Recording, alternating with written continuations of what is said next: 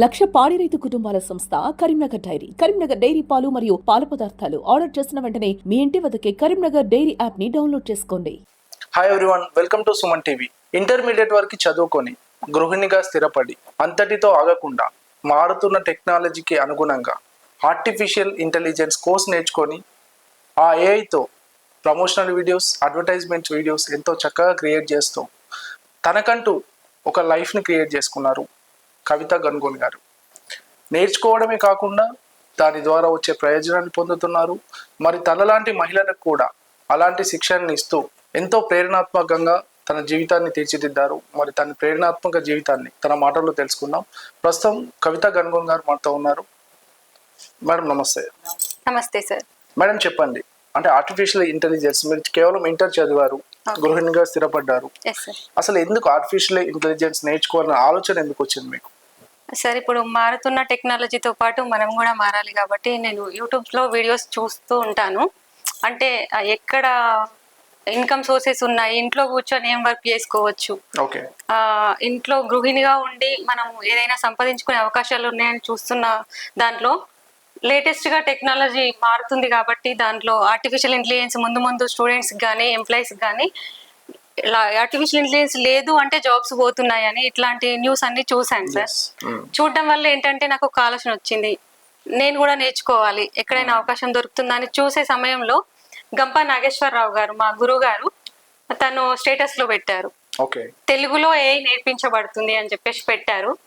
నేను ఇమీడియట్ గా రిజిస్టర్ అయ్యాను సార్. రిజిస్టర్ అయ్యాను. బట్ ఆ రోజు నాకు ఏంటంటే కొంచెం డౌట్ ఉండేది. నేను తెలుగు మీడియము అండ్ నాది గవర్నమెంట్ స్కూల్, చిన్నప్పటి నుండి గవర్నమెంట్ స్కూల్లో చదివాను. తెలుగు ఇంగ్లీష్ మాట్లాడలేను. ఆర్టిఫిషియల్ ఇంటెలిజెన్స్ అంటే ఇంగ్లీష్ రావాలి, నేను నేర్చుకోగలుగుతానా లేదా? మరి ఎలా ఫీల్ అయ్యారు? అంటే నేను ఇంటర్మీడియట్ చదివాను, తెలుగు మీడియం, నాకు ఇంగ్లీష్ రాదు, అంటే ఆర్టిఫిషియల్ ఇంటెలిజెన్స్ అంటే లేటెస్ట్ టెక్నాలజీ నాకు వస్తుందా అంటే ఆ భయాన్ని ఎలా పోగొట్టుకున్నారు? ఇన్స్పైర్ చేసిన సంఘటనలు ఏంటి అసలు? ఎస్ సార్, ఆ భయం ఎలా పోయింది అంటే ఒక 10 days క్లాసు విందాము, ఒకవేళ వస్తే వస్తుంది, లేదు అంటే లీవ్ ఇట్ అట్లా అనుకున్నాను. 10 days క్లాస్ విన్నాను సార్. విన్న తర్వాత ఫస్ట్ మాకు సాంగ్స్ తో స్టార్ట్ చేశారు. నేనేం చేశానంటే మా తమ్ముడు స్టోరీ పైన, తన చిన్నప్పటి నుండి స్టోరీ అంతా నాకు తెలుసు, తన స్టోరీ పైన ఒక సాంగ్ క్రియేట్ చేశాను. ఫస్ట్ రాసుకున్నాను, సాంగ్ క్రియేట్ చేసాను, చాలా బాగా వచ్చింది సార్. అంటే మీరు ఇంకా ఎలాంటి వీడియో చేస్తారు? ఇప్పుడు మీరు ప్రమోషనల్ వీడియో చేస్తున్నారు, అంటే ఇది ఒక హాబీగా నేర్చుకున్నారా, లేకపోతే ఇది ఒక కెరీర్ గా ఎంచుకోవాలని మీరు ముందే అనుకున్నారా? కెరియర్ గా మారుతుంది అని నేను అనుకోలేదు, నేర్చుకోవాలని అయితే అనుకున్నాను. అంటే మన కాలంతో పాటు మనం కూడా మారాలి, ఆర్టిఫిషియల్ ఇంటెలిజెన్స్ ఉంటే బాగుంటది, నా పిల్లలకు కెరియర్ బాగుంటది, వాళ్ళకు ఒక గైడ్ గా మారొచ్చు అని అనుకుని నేర్చుకోవడం స్టార్ట్ చేశాను. బట్ మీకు ఇది నేర్చుకోవడానికి ఎంత టైం పట్టింది? ఎన్ని రోజులు నేర్చుకున్నారు? మరి ఎంత ప్రాక్టీస్ చేశారు? సార్ నేను 21 days క్లాసెస్, 21 days క్లాసెస్ తర్వాత సర్టిఫికేట్ గ్రాడ్యుయేషన్ అయ్యింది సార్ హైదరాబాద్ లో. అక్కడ ఏంటంటే ఒక డిగ్రీ పీజీ పట్టా పొందినట్టుగా మాకు డిగ్రీ ఏదైతే కంప్లీట్ అవుతుందో ఆ కోట్ ఇచ్చి, ఆ సర్టిఫికేట్ ఇచ్చి, ఆ ఫీల్ అసలు చాలా మంచి ఫీల్ ఉండే సార్. ఒక సర్టిఫికేట్ తీసుకోవడం వల్ల అంటే అక్కడ నేను ఒక సాధించాను అంటే, నేను అప్పటికి ఇంకేం సాధించలేదు, ఓన్లీ సాంగ్స్ చేస్తున్నాను. ఆ సర్టిఫికేట్ తీసుకోవడం వల్ల నేను కూడా అంటే ఏదో ఒకటి చేయగలుగుతా అని చెప్పేసి ఆ రోజు డిసైడ్ అయ్యాను, నేను ఖచ్చితంగా ఇంకా డీప్ గా వెళ్ళాలి, నేర్చుకోవాలి, సర్టిఫికేట్ కి అర్థం అనేది ఉండాలి. అంటే ఒక సాధారణ గృహిణిగా ఉన్న మీరు ఈ రోజు అంటే ఆర్టిఫిషియల్ ఇంటెలిజెన్స్ నేర్చుకొని మరికొంతమంది మీలాంటి మహిళలకు, గృహిణులకు, ఎంతోమంది సాఫ్ట్వేర్ ఎంప్లాయీస్కి, మీకంటే ఎక్కువ చదివిన డబుల్ పీజీలు చదివిన బీటెక్ వాళ్ళకి, వీళ్ళందరికీ కూడా నేర్పిస్తున్నారు కదా. ఎలా అనిపిస్తుంది? చాలా హ్యాపీగా ఫీల్ అవుతున్నాను సార్. నా స్టూడెంట్స్ అందరూ పీజీ, డబుల్ పీజీ చేసిన వాళ్ళు ఉన్నారు. అండ్ ఇక్కడ ఇండియా నుండి అమెరికాలో వెళ్ళి సెటిల్ అయ్యి అక్కడ జాబ్స్ లేక ఇబ్బంది పడుతున్న వాళ్ళు ఇంట్లో కూర్చొని క్రియేషన్ చేస్తూ మనీ సంపాదిస్తూ నాకు ఫీడ్బ్యాక్స్ ఇస్తున్నారు సార్. ఏమని, ఇక్కడ మాకు జాబ్స్ లేకుండా మేము ఇక్కడ ఉండి మీ క్లాస్ తర్వాత మేము ఇలా సంపాదిస్తున్నాము అంటే నాకు ఇంకా చాలా హ్యాపీగా ఉంది సార్. ఇక్కడ నా స్టూడెంట్స్ ఇక్కడ కూడా గవర్నమెంట్ టీచర్స్ ఉన్నారు, సాఫ్ట్వేర్స్ ఉన్నారు, వాళ్ళ సెల్ఫ్ వాళ్ళ జాబ్ కి అప్లై చేసుకుంటున్నారు. అండ్ హౌస్ వైఫ్స్ ఇంట్లో కూర్చొని సాంగ్స్ చేస్తూ అడ్వర్టైజ్మెంట్స్ చేస్తూ సంపాదించుకుంటున్నారు. మీరు ఎంతవరకు సంపాదిస్తున్నారు నెలకి? సార్ నేను మంత్లీ ఒక 1 lakh ఎబోనే సంపాదిస్తున్నాను సార్. ఓకే. జీవితంలో ఏదైనా ఇన్స్పైర్ అయిన సంఘటన అంటే మీరు ఇంతగా నేను డెవలప్ అవుతాను ఎప్పుడైనా అనుకున్నారా? దానికి దారితీసిన సంఘటన ఏదైనా? చాలా ఉన్నాయి సార్, బట్ అంటే చెప్తాను సార్. ఒక్క చిన్న ఇన్సిడెంట్ చెప్తాను. నాకు చిన్నప్పుడు, నాకు 9 years ఉన్నప్పుడు మా మమ్మీ 9 months ప్రెగ్నెంట్. ఓకే. తను అప్పుడు నాకు 9 years, మా మమ్మీ 9 months ప్రెగ్నెంట్, చనిపోయింది సార్. బాబు బయటికి రాకుండానే బాబు ఉండే, ఓకే, చనిపోయింది. అప్పటి వరకు చాలా బాగున్న నా లైఫ్ సడన్ గా చేంజ్ అయిపోయింది. ఓకే. అండ్ డాడీ దగ్గర నుంచి సడన్ గా మా అమ్మమ్మ తీసుకొచ్చేసారు. ఓకే. ఇంకా డాడీ ప్రేమ తెలియదు, ఓకే, అండ్ మమ్మీ ప్రేమ కూడా తెలియదు. ఆ 9 years కూడా నాకు డాడీ అంటే ఇలా ప్రేమ చూపించిండు అనే విషయం కూడా నాకు ఏ రోజు కూడా తెలియదు అనమాట. ఓకే. అట్లా కొన్ని సంఘటనలు అంటే చాలా బాధతోటి పెరిగాను ఇక్కడ అమ్మమ్మ వాళ్ళ ఇంట్లో. తర్వాత నేను గవర్నమెంట్ స్కూల్లో వేశారు. అక్కడ నుండి నా స్టడీ అంతా గవర్నమెంట్ స్కూల్ ZPHS లో జరిగింది. ఓకే. తర్వాత నాకు ఇంటర్మీడియట్ తర్వాత 2004 లో మ్యారేజ్ అయింది సార్. ఎగ్జామ్స్ అయిపోగానే మ్యారేజ్ అయింది. మ్యారేజ్ తర్వాత నేను ఇంకా చదువు కంటిన్యూ చేయాలి, ఏదో ఒకటి సాధించాలి, డిగ్రీ చేయాలి, జాబ్ తెచ్చుకోవాలి అనే తపన ఉండే. అంబేద్కర్ యూనివర్సిటీలో డిగ్రీకి అప్లై చేశాను. బట్ ఫైనల్ ఇయర్ లో స్టాప్ అయ్యింది. నాకు అప్పుడు పాప వచ్చింది కాబట్టి స్టాప్ అయ్యింది. తర్వాత నేను ఇంకా ఏం చెయ్యలేను, ఎలా అని అనుకున్నాను. ఇన్ని రోజులు అంటే ఒక దగ్గర జాబ్ చేస్తూ ఆ జాబ్ లో నాకు సాటిస్ఫై లేదు, శాలరీ సరిపోవట్లేదు, మనం చేస్తున్న వర్క్ వాళ్ళకి నచ్చట్లేదు, ఆ వర్క్ నాకు నచ్చట్లేదు.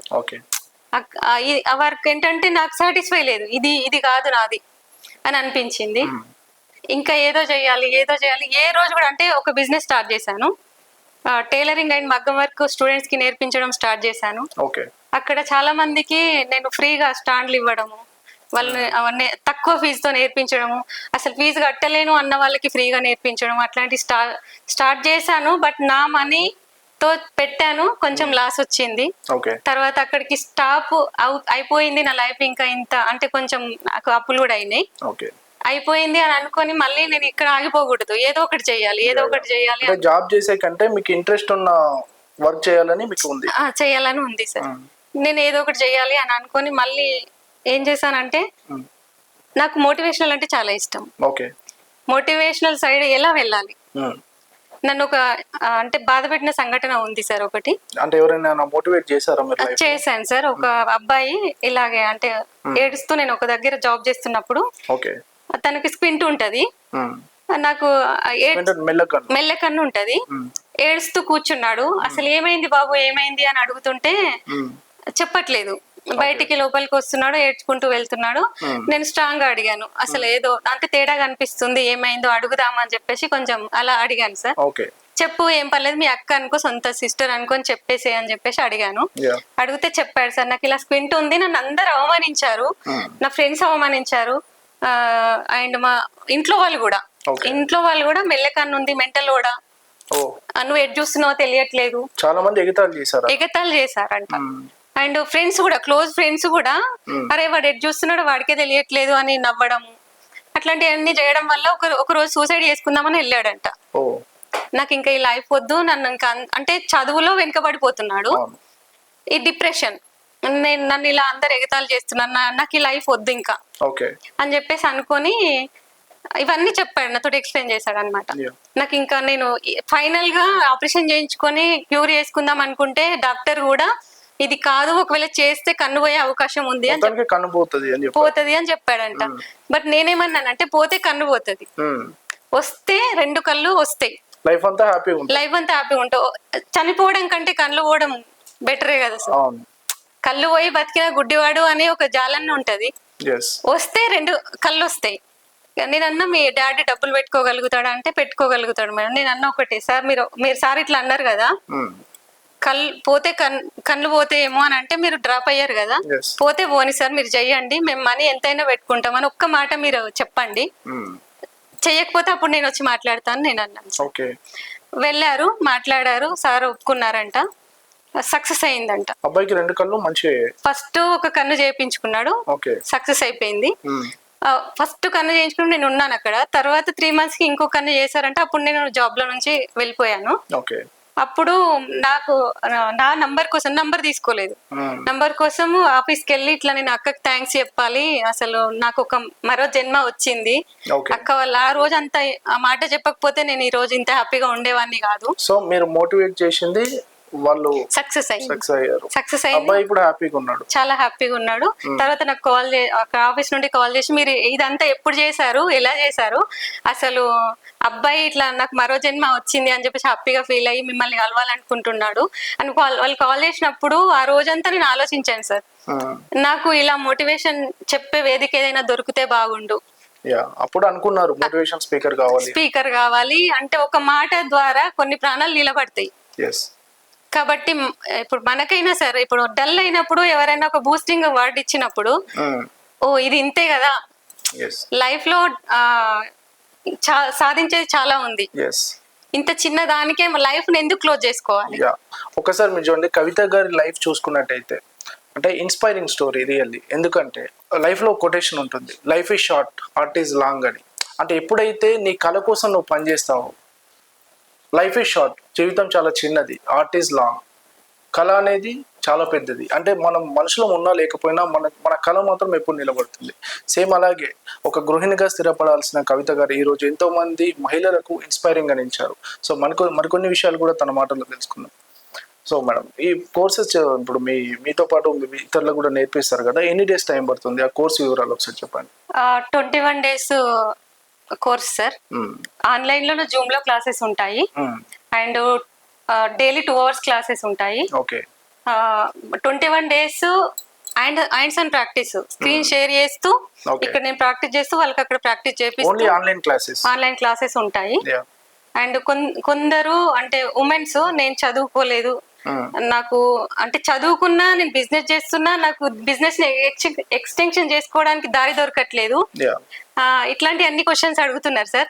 ఇది ఒక్కటి నేను చెప్పాలనుకుంటున్నది ఏంటంటే ప్రతి ఒక్కరికి నేను మా గురువు గారు నిఖిల్ గుండా సార్ ఒక చిన్న స్టోరీ చెప్పారు ఇన్స్టాగ్రామ్ లో. ఏంటంటే అండమాన్ దీవులలో ఎవ్వరు చెప్పులు వేసుకోకుండా తిరుగుతారంట, అసలు అక్కడ చెప్పులే వాడరు. అయితే ఒక చెప్పుల వ్యాపారి ఒక ట్రక్ చెప్పులు ఇచ్చి సేల్స్ మ్యాన్ ని అండమాన్ దీవులకు పంపించిండు. ఈ చెప్పులన్నీ అక్కడ సేల్ చేసుకొని రమ్మని. ఈ సేల్స్ మ్యాన్ అక్కడ ఏం చేసిండంటే, సార్ నేను మీకు ఏం పాపం చేశాను, ఇక్కడ అసలు ఎవరు చెప్పులే వేసుకోవట్లేదు, నన్ను ఇక్కడికి ఎందుకు పంపించారు, అసలు ఇక్కడ చెప్పులు ఎవరు కొనరు సార్ అని చెప్పేసి రిటర్న్ వచ్చిండంట.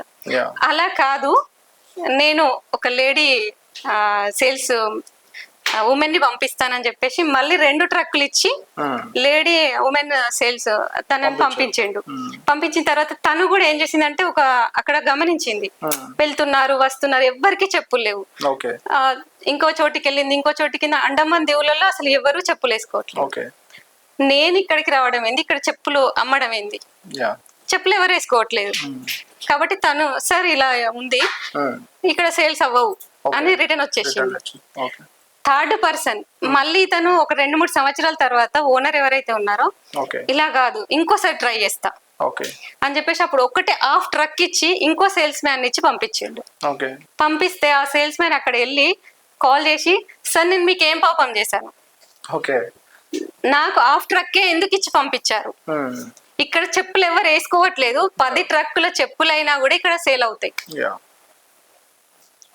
అంటే అతను ఏం చేసిండు, ఇమ్మీడియట్ గా 10 ట్రక్కుల చెప్పులని పంపించిండు. అప్పుడు సేల్స్ మ్యాన్ కి 15% కమిషన్ ఉండే. దీని డిమాండ్ ఏం చేసిండంటే నాకు 30% కమిషన్ కావాలి, నేను 10 ట్రక్కుల చెప్పులు అమ్మేసుకొని వస్తా అని చెప్పిండు. 10 ట్రక్కుల చెప్పులని సేల్ చేసుకొని 30% కమిషన్ తీసుకొని తను రిటర్న్ అయ్యాడు. అంటే ఇక్కడ మోటివేషన్ ఏంటంటే దీంట్లో అవకాశాన్ని, ఇప్పుడు అక్కడ ఏంటి వీళ్ళందరూ చెప్పులు వేసుకోవట్లేదు, 3rd person ఏం చూసిండు అక్కడ అవకాశాన్ని చూసిండు.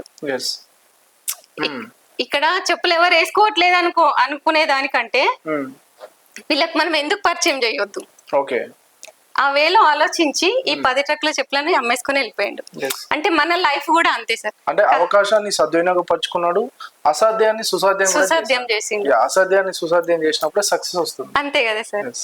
మన రియల్ లైఫ్ లో కూడా అంతే. అంటే మనకి కష్టం వచ్చినా బాధ వచ్చినా ఏది వచ్చినా ఉన్నది ఒకటే లైఫ్. Yeah. ఈ లైఫ్ లో ఆ కష్టాలని బాధల్ని ఇది ఉంది నాకు అంటే మనం బాధలో ఉండడం కంటే మనం వెళ్ళి బాధలో ఉండడం కంటే Yes. మనకు బాధ ఉంది, ఈ దాని మీద ఫోకస్ చేయడం కంటే సొల్యూషన్ ఏంటి, Yeah.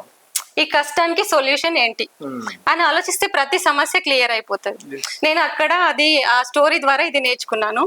ఏ కష్టం వచ్చినా ఏ బాధ వచ్చినా ఏదొచ్చినా డబ్బు అనేది మన చుట్టూ ఉంది. ప్రతిదీ మనీ పైనే నడుస్తుంది. Yes. లైఫ్ అనేది మనీ పైనే నడుస్తుంది. మనీ లేనిది నడవదా అని అనుకుంటారు, బట్ మనీ లేకపోతే అసలు ఊపిరి కూడా ఆడదు. Yeah. కాబట్టి మనము సృష్టించుకోవాలి. Okay. ఈ రోజు నేను సార్ ఫ్రాంక్ గా చెప్తున్నాను, ఒక 100 రూపీస్ కోసం బాధపడిన నేను ఈ రోజు వర్క్ నాకు వస్తుంటే నేను ఒక్కదాన్ని చేయలేకపోతున్నా. Yeah. హైర్ చేసుకుంటున్నాను వేరే వాళ్ళని. Yeah. మీరు కూడా ఎంప్లాయ్మెంట్ కల్పిస్తున్నాను. అంటే ఒక ఎంప్లాయీగా ఉన్న మీరు ఎంప్లాయర్ గా మారారు ఇప్పుడు. Yes sir. అంటే అవకాశము అలా నేను ఒక స్టోరీ ద్వారా నేను ఇంత దాన్ని మోటివేట్ అయ్యి నేను అవకాశాన్ని సద్వినియోగం చేసుకున్నాను. ఇంకా ఇతరులకు కూడా దీన్ని షేర్ చేయాలి. Yeah. చాలా మంది ఉమెన్స్ నాలాగా బాధపడే వాళ్ళు ఉంటారు. Yeah. కంపల్సరీ ప్రతి ఉమెన్ కి ఏదో ఒకటి ఉంటది. వాళ్ళు బయటికి వచ్చి నాకంటే ఒక గుర్తింపు కావాలని ప్రతి వాళ్ళకు ఉంటది. అది ఎలా వెళ్ళాలో తెలియదు. అది మనం ఆ రోడ్ మ్యాప్ అనేది మనం ఇస్తాం సార్. అంటే సాధారణ గృహిణిగా స్టార్ట్ అయిన మీ కెరియర్ ఇప్పుడు చూసుకుంటే వేరే వాళ్ళకి ఇన్స్పైరింగ్ గా ఉంది.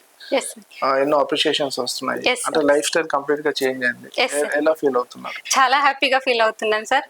అంటే నేను సంపాదిస్తున్నాను అనే దానికంటే నేను ఇంకా వేరే వాళ్ళకి ఎంప్లాయ్మెంట్ ఇవ్వడం, ఇంకొంతమంది ఉమెన్స్ ని ఇన్స్పైరింగ్ గా నన్ను ఇన్స్పైరింగ్ గా తీసుకొని వాళ్ళు వచ్చి నేర్చుకొని వాళ్ళు సంపాదించడము, ఇట్లా ఇది చూస్తుంటే నాకు ఇది కదా లైఫ్ కి అచీవ్మెంట్ అనిపిస్తుంది. ఓకే. అంటే మీరు మా కోసం మేడం ఇప్పుడు మీరు ఏఐని ఉపయోగించి వీడియో చేస్తారు కదా, సాంగ్స్ కూడా క్రియేట్ చేస్తారు కదా, అంటే లైవ్ గా మీరు ఇప్పుడు ఇంటర్మీడియట్ చదివారు, పూర్తిగా తెలుగు మీడియం, ఆర్టిఫిషియల్ ఇంటెలిజెన్స్ నేర్చుకోవాలి అంటే చాలా మంది ప్రేక్షకులు కూడా ఒక సందేహం ఉంటది, ఇది మనతో అవుతుందా, నాకు ఇంగ్లీష్ రాదు అంటే కొంత భయంతో ఉంటది.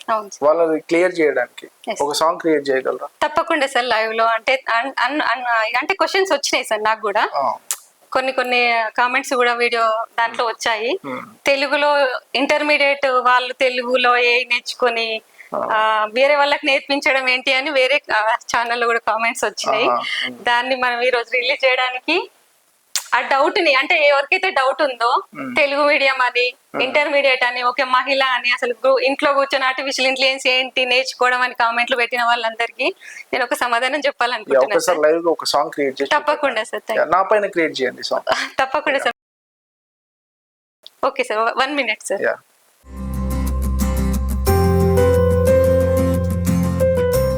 సార్ సాంగ్ క్రియేట్ అయింది, వినండి సార్.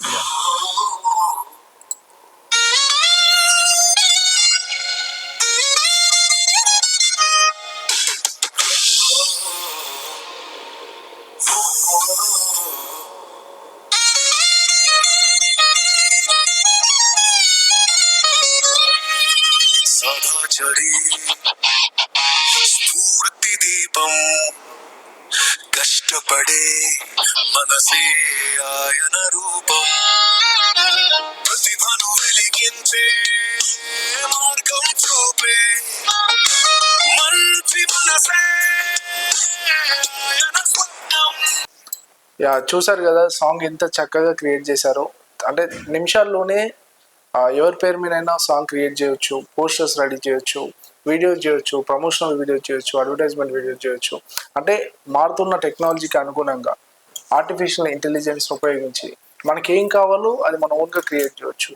సో ఈ కోర్స్ని తను నేర్చుకోవడంతో పాటు దీనివల్ల కలిగే ప్రయోజనాలని ఇతర మహిళలకు కానీ తన సోటి మహిళలకు కానీ వాళ్ళకి కూడా నేర్పించాలనే తపనతో, వాళ్ళు కూడా వృద్ధి చెందాలనే ఆశయంతో తను ఒక ఇన్స్టిట్యూట్ను స్టార్ట్ చేసి ఆర్టిఫిషియల్ ఇంటెలిజెన్స్ కోర్స్ని నేర్పిస్తుంది. కవిత గారు, మీకు ఈ కోర్స్ నేర్పించింది ఎవరు? సార్ నాకు ఈ కోర్సు నిఖిల్ గుండా సార్ తను అంటే నేను గంప నాగేశ్వరరావు సార్ నేను స్టూడెంట్ని కాబట్టి సార్ కూడా sir Gampa Nageswara Rao sir student. And sir classes ని స్టేటస్ లో పెట్టుకోవడం వల్ల నాకు ఆ క్లాసెస్ అనేటివి వచ్చినాయి. నిఖిల్ గుండా సార్ కి నేను రుణపడి ఉంటాను సార్ లైఫ్ లాంగ్. ఎందుకంటే నాకు ఇంత ఫేమ్ తీసుకొచ్చి అండ్ దాంతో పాటు నేను ఇంకా ఉమెన్స్ కి ఎంపవర్ చేయడం. ఇంతవరకు అంటే ఎంత మందికి మీరు ఈ కోర్స్ నేర్పించారు? సార్ నేను ఇప్పటి వరకు 200 మెంబర్స్ అయ్యారు. ప్రెసెంట్ ఈ ఏప్రిల్ బ్యాచ్ లో 100 మెంబర్స్ జాయిన్ అయ్యారు. ఓకే, అంటే ఎలాంటి రెస్పాన్స్ వస్తుంది? ఇప్పుడు ఎలాంటి రెస్పాన్స్ వస్తుంది అంటే మీరు మీ దగ్గర కోర్స్ నేర్చుకున్న వాళ్ళ దగ్గర నుంచి, ఆడియన్స్ నుంచి, చాలా మంచి రెస్పాన్స్ దగ్గర నుంచి చాలా మంచి రెస్పాన్స్ వస్తుంది సార్. వాళ్ళు నేర్చుకొని వాళ్ళు డబ్బులు సంపాదించుకుంటూ. అండ్ ఇంకోటి ఏంటంటే ఇప్పటి వరకు ఎక్కడ కూడా గుర్తింపు లేదు.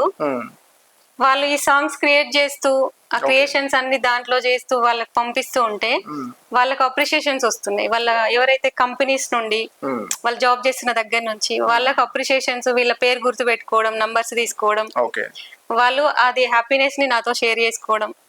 ఒక పద్మ మేడం అని తను చాలా ఎమోషనల్ అవుతూ నాకు కాల్ చేసింది సార్ ఎర్లీ మార్నింగ్ 5 o'clock కి. తను అన్ని సంవత్సరాల నుంచి సాఫ్ట్వేర్ ఎంప్లాయీగా జాబ్ చేసిన, అన్ని సంవత్సరాలు ఆ కంపెనీలో ఉన్నా, ఇంట్లో గానీ బయట గానీ వాళ్ళ హస్బెండ్ కూడా ఏదైనా చేస్తానా చేసినవులే ఇదేంటి అదేంటి అంటే ఆ కంపెనీలో కూడా తిన పేరు కూడా ఎవరికి తెలియదు. ఈ క్రియేషన్స్ తర్వాత వాళ్ళ కంపెనీలో ఒక ఆఫర్ వచ్చింది ఏంటంటే తనకి ఈవెంట్ ఉండే. ఆ ఈవెంట్ లో ఒక సాంగ్ వాళ్ళ సిఇఓ పైన అండ్ కంపెనీ ఎంప్లాయీస్ పైన, కంపెనీ పైన ఒక మంచి సాంగ్ క్రియేట్ చేసి వినిపించిందంట సార్. అప్పటి వరకు పద్మ మేడం అంటే ఎవరికి తెలియదు. ఆ సాంగ్ విన్న ఆ సిఇఓ అమెరికా వాళ్ళది, తెలుగు కూడా సరిగా రాదంట, కాకపోతే సాంగ్ మాత్రం చాలా బాగుంది. ఆ సాంగ్ విన్న తర్వాత మేడం కి అప్రిషియేషన్స్, మేడం ని పిలిచి కంగ్రాచులేషన్స్ చెప్పి అంటే చాలా బాగా క్రియేట్ చేసినాం అని చెప్పేసి నంబర్ తీసుకొని సేవ్ చేసుకున్నారంట. అప్పుడు కంపెనీ మొత్తం తను ఎవరో తెలిసిపోయింది. ఇంకా తనకి ఇలా టాలెంట్ ఉంది అని అందరికి తెలిసింది. హ్యాపీనెస్ ని షేర్ చేసుకోవడానికి మార్నింగ్ 5 o'clock కి ఆల్ చేసి ఏడ్ చేసింది సార్. తను ఏడిస్తే నాకు కూడా ఏడుపు వచ్చింది. అంటే ఇలా అంటే వాళ్ళ హ్యాపీనెస్ అచీవ్మెంట్స్ ని నాతో షేర్ చేసుకుంటే నాకు ఇంకా హ్యాపీగా ఉంది సార్. ఓకే, మనకు నచ్చిన రంగంలో రాణించాలంటే పట్టుదలతో పాటు, కృషితో పాటు మనం ఏదైతే ఇష్టమో ఆ రంగంలో రాణించాలంటే దానికి తగ్గట్టుగా కష్టపడితే ఆ ఫలితం ఉంటుందని నిరూపించారు గణగోని కవిత గారు. సో మన కరీంనగర్కి చెందిన కవిత గణగోని గారు తనకు నచ్చిన రంగంలో ఇంత ప్రావీణ్యత సంపాదించి తన టాలెంట్ని ఇతరులకు కూడా నేర్పిస్తూ వాళ్ళకు కూడా లైఫ్ ఇవ్వడం చాలా గొప్ప విషయం. మరొక మంచి ఇన్స్పైరింగ్ స్టోరీతో మళ్ళీ కలుద్దాం. నేను మీ సదాచారి, సుమన్ టీవీ.